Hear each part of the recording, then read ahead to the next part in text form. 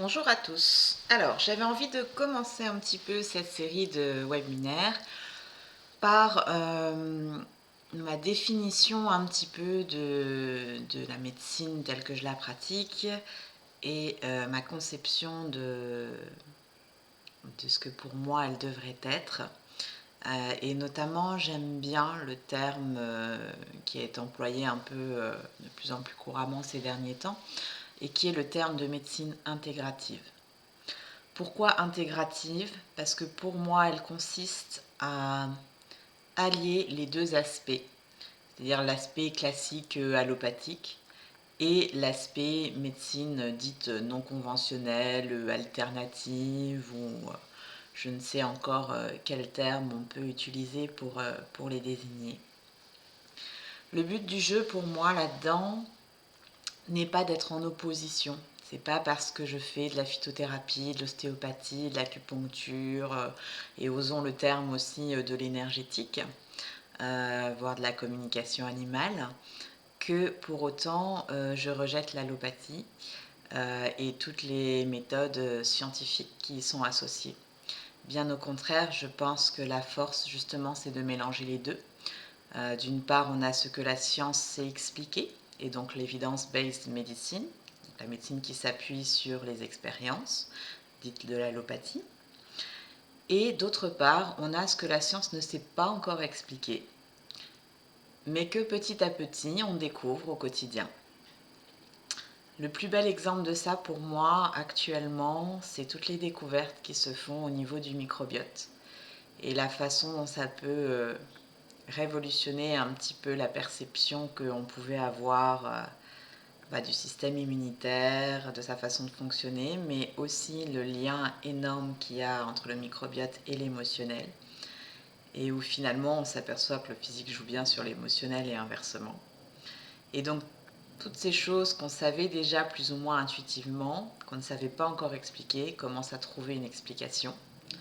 Pareil dans tout ce qui est médecine énergétique. On commence à s'apercevoir que, en fait, il y a une réalité de cette médecine vibratoire et à utiliser les ondes et les fréquences couramment dans la médecine. Alors le plus évident, c'est dans les diagnostics. Vous prenez les radios, les scanners, les échographies, c'est une histoire d'ondes qui se renvoient sur la matière et qui nous permettent de voir anatomiquement ce qui se passe et de poser des diagnostics, mais aussi en thérapie, avec les fréquences des lasers notamment, qui peuvent être utilisées soit en chirurgie, mais également simplement en physiothérapie. Les ondes de choc, et j'en passe et des meilleures. Et tout ce qui est fréquence aussi, ondes scalaires, fréquences de Riff, où en fait naît une médecine vibratoire qui finalement s'appuie de plus en plus sur des concepts scientifiques au fur et à mesure qu'on commence à comprendre comment ça marche et à découvrir un peu tout ça. Vous l'aurez compris, du coup, pour moi, le but n'est pas de séparer allopathie et médecine non conventionnelle ou énergétique, mais bien de les rassembler et du coup de tirer le meilleur des deux pour la santé, que ce soit la nôtre ou celle de nos compagnons. Alors, il est évident que j'ai tendance à approcher les choses plus sur un concept holistique, donc prendre plus en charge le terrain que les symptômes de la maladie en elle-même.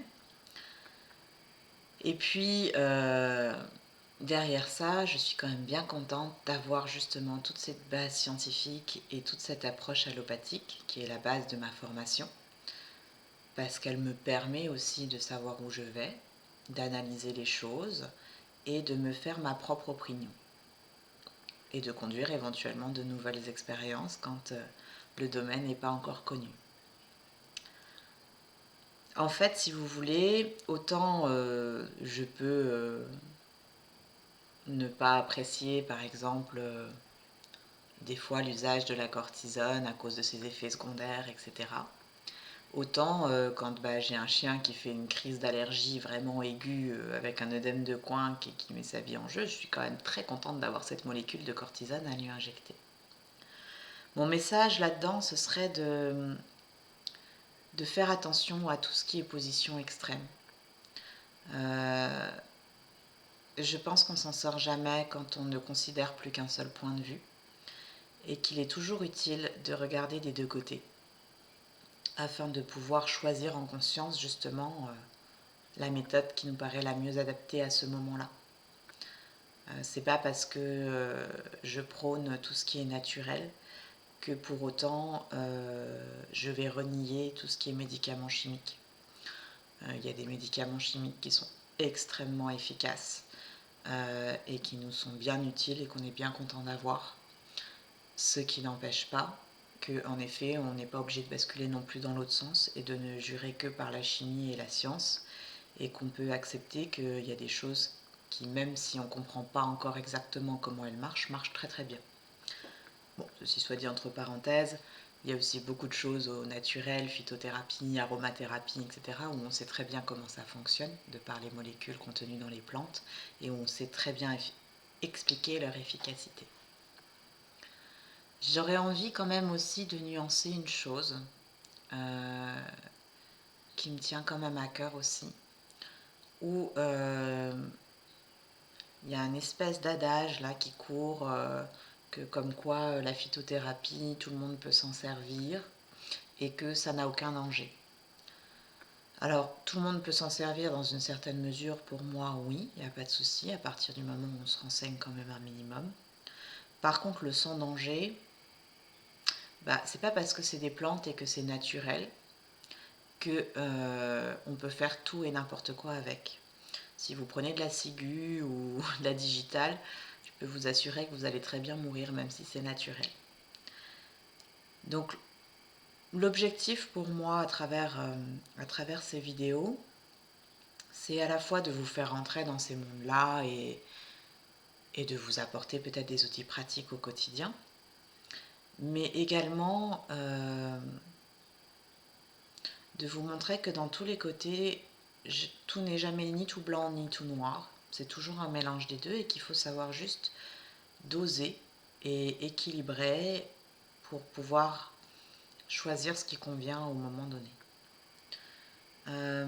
Une des choses qui peut peut-être, on va dire, m'horripiler le plus dans la médecine complémentaire, c'est que je vois beaucoup de gens qui font, alors j'appellerais même pas ça de l'automédication parce que ça vient avant que l'animal soit malade en fait.